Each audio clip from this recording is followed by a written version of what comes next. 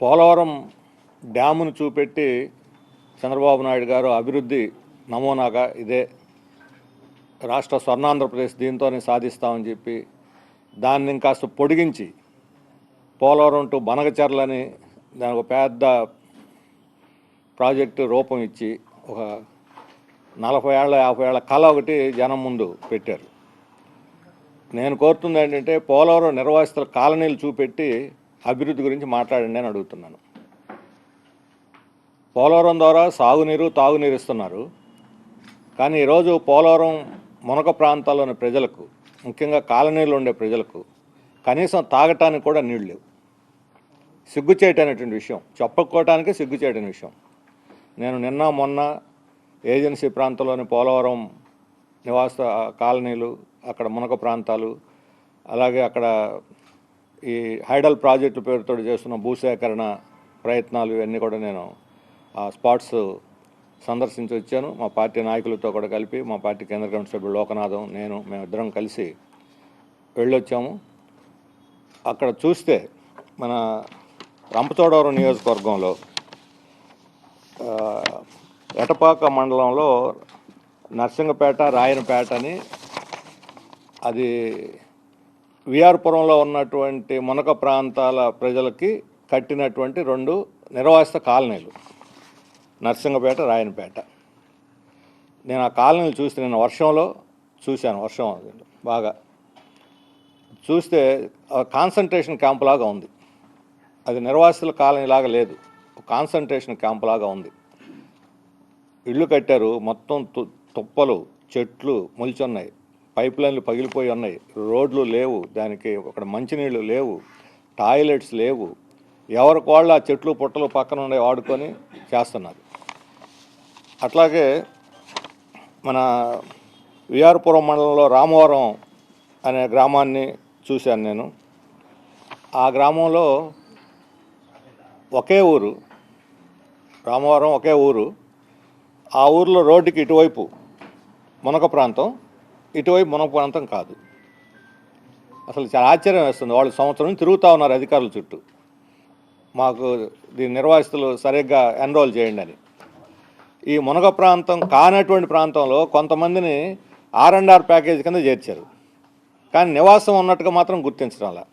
ఒక పంచాయతీలో ఉన్న రోడ్డు, ఒక వీధి ఇంకొక రెవెన్యూ గ్రామంలోకి పోయింది. అసలు ఈ రకంగా ఆ ఊరిని చూస్తే మొత్తం కాంటూర్ లెక్కలు ఎంత అస్తవ్యస్తమో, ఎంత పనికిమాలినమో, ఎంత అశాస్త్రీయమో అర్థమవుతుంది. నేరుగా ఈరోజు కాంటూర్ లెక్కల మీద ఆధారపడి వీళ్ళు గ్రామాలని ఐడెంటిఫై చేశారు, నిర్వాసిత కాలనీని. ముక్కునూరు అనే గ్రామంలో ఒకే ఊరు, రోడ్డుకి ఒకవైపు మునక ప్రాంతం, ఇంకోవైపు మునక ప్రాంతం కాదు. అంటే రామవరం కానీ ముక్కునూరు కానీ ఇవి తెలియజేస్తుంది ఏంటంటే అసలు మొత్తం ఈ మునక ప్రాంతాలను ఐడెంటిఫై చేయటం రాంగ్ ఐడెంటిఫికేషన్ చేశారు. ఇంకొక చోట కాలనీ వాసులు, నేను ఇందానే చెప్పాను, రాయనపేట కాలనీ వాళ్ళు మునక ప్రాంతం నుంచి వచ్చారు. మునక ప్రాంతం నుంచి నిర్వాసితులుగా వేరే కాలనీకి వస్తే ఆ కాలనీ కూడా మునిగిపోయింది.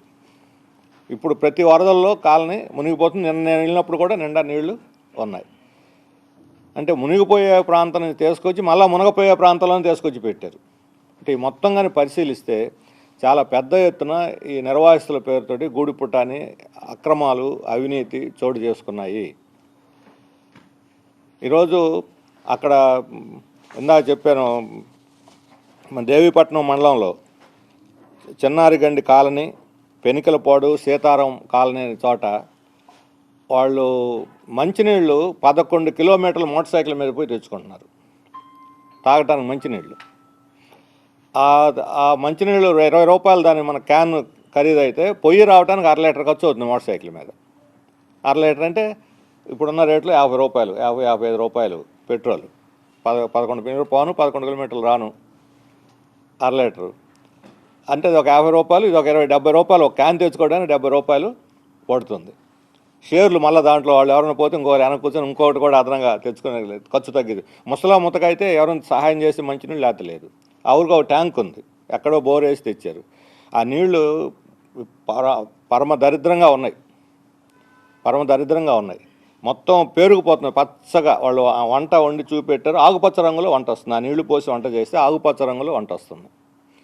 అక్కడ స్కూల్ కట్టారు, పాపం టీచరు అమ్మాయి, లేడీ టీచరు, మొత్తం కిందంతా గచ్చులంతా లేచిపోయింది, చెట్ల మధ్య ఉన్నాయి, పాములు పుట్టలు వస్తాయి, టాయిలెట్ కూడా లేదు దానికి.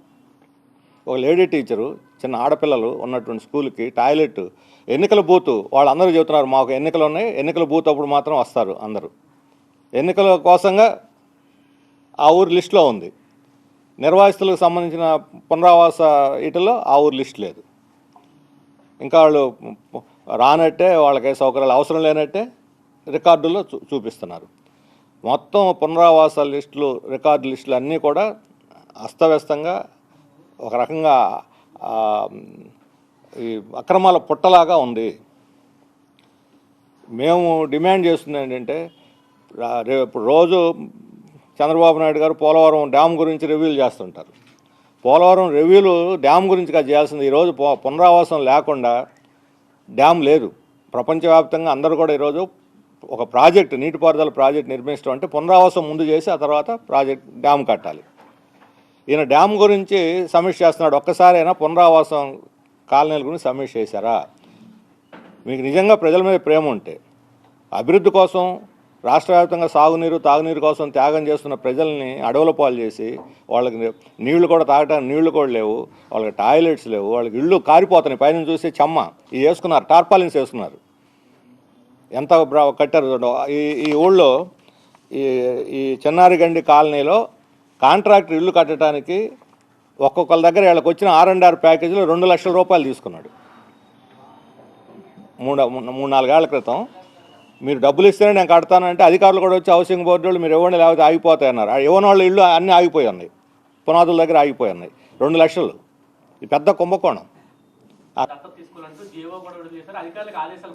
అంటే ఇప్పుడు కార్పొరేట్లో ఆయన మాట వింటాలా, నిరాశ పడిపోయి నేనే ఇస్తానని ముందుకు వస్తున్నాడు. ఇది ఫెయిల్, ఇది జరగదు. ఇది ఎక్కడ ప్రపంచంలో ఇప్పుడు కాదు, 400 సంవత్సరాల నుంచి గాంధీ మహాత్ముడు కాదు, అంతకన్నా ముందున్న వాళ్ళు కూడా దయతో ఆదుకోండి, పెద్దవాళ్ళు సంపన్నులు పేదవాళ్ళని ఆదుకోండి అని చెబుతూనే ఉన్నారు. ఎవరు ఆదుకోవాలి, ఇంకా చెప్పే కొద్దీ ఇంకా లాక్కోవటం తప్ప ఏ సంపద పడు ముందుకు రారు. చివరికి పాపం ఉద్యోగాలు చేసుకునే టీచర్ల మీద పడితే వాళ్ళు ఒకవేళ మేము చేయలేమండి అంటే వాళ్ళ జీతాలు కూడా కట్ చేయొచ్చు రేపు పొద్దున. మీ P4 కింద ఇప్పుడు టాయిలెట్స్కి అమ్మకం అందరం ఇచ్చి 2,000 అట్ట కట్ చేసినప్పుడు టీచర్లు కూడా ఒక 5-6 వేలు కట్ చేసి నేను దీని కింద ఇస్తానని చెప్పానంటే, ఈ రకంగా చేయలేని చేతగానే ఒక ఫెయిల్యూర్ ప్రాజెక్టుని చేకప్ చేసి టీచర్లను పనిష్ చేయడం అనేది ఎట్టి పరిస్థితుల్లో కూడా ఆమోదయోగ్యం కాదు. మీకు చేత అయితే కార్పొరేట్ల చేత ఇప్పించండి. వాళ్ళు కార్మికులు కనీస వేతనాలు ఇవ్వరు, వీళ్ళు దయతలు ఇస్తారు ప్రజలకి ఈ కార్పొరేట్లు. అందుకని మన రాష్ట్రంలో ఈ కార్పొరేట్లు 1,00,000 కోట్లు డబ్బులు బ్యాంకులకు ఎగ్గొట్టారు. అయిపోయిందండి. వీళ్ళందరికీ, పేదవాళ్ళందరికీ పనిచేయండి, వచ్చేస్తాయి మీకు. ఏమి వాళ్ళ దయాదాక్షిణాలు అక్కర్లే. కేసులు పెడుతున్నారు కదా, బ్యాంకులో కేసులు పెడుతున్నారు. 100 కోట్లు 1,000 కోట్లు ఎగ్గొట్టిన వాళ్ళ మీద. ఈరోజు అనిల్ అంబానీ 3,000 కోట్లు ఎగ్గొట్టాడు. ఆయనకి స్థలాలు ఇచ్చారు అనకాపల్లి జిల్లాలో. ఏమనాలి ఈ ప్రభుత్వాన్ని? ఫ్రాడ్ అని డైరెక్ట్గా డిక్లేర్ చేసింది కోర్టు. అనిల్ ఫ్రాడ్ అని డిక్లేర్ చేసింది. అటువంటి ఫ్రాడ్ గాడికి అనకాపల్లి జిల్లాలో పరిశ్రమ పెడతారంటే ఎలా ఇస్తారు? వాళ్ళు తీసుకుపోయి బ్యాంకులో పెట్టేసి బ్యాంకులు ముంచేస్తున్నారు. ఈ బ్యాంకులు ముంచేసి మన రాష్ట్రంలోనే 1,00,000 కోట్లు ఎలా కార్పొరేట్లు ముంచేసినవి ఉన్నాయి. ఎంపీలు ఉన్నారు, అందులో మంత్రులు ఉన్నారు, ఎమ్మెల్యేలు ఉన్నారు. వాళ్ళందరి దగ్గర పెండండి. ఇది ప్రజల సొమ్ము, పేదలకు పంచండి. ఎందుకు P4 అది ఈ రకంగా తప్ప ఏదో టీచర్లని ఉద్యోగుల్ని పిండుతామంటే మాత్రం సహించేది లేదు. నిన్న విశాఖ విజయవాడ మెట్రోకి సంబంధించి నారాయణ గారు ప్రకటించారు, దాదాపు 60% ప్రైవేట్ వడ్డీ తీసుకొస్తాము, కార్పొరేషన్ చూసుకుంటుంది. కానీ విభజన హామీల్లో మెట్రో కేంద్ర గవర్నమెంట్ నిర్మించాలని చెప్పి ఉన్నది. ఏం చెప్తారు? అసలు ఈ మెట్రో గురించి మాట్లాడుతున్నారు, ఇది ఆచరణ సాధ్యం కాదు అని నిపుణులు చెబుతున్నారు. ఇప్పుడు విశాఖ నగరాన్ని అభివృద్ధి చేయడానికి బోలెడన్ని అవకాశాలు ఉన్నాయి. ఈ గవర్నమెంట్ అభివృద్ధి చేయకుండా, కార్పొరేషన్ నిధులు ఇవ్వకుండా, మున్సిపల్ కార్పొరేషన్కి మొత్తం భూములన్నీ, నగరంలో ఉన్న భూములన్నీ కార్పొరేట్ కంపెనీలకి అప్పచెబుతా ఉన్నారు.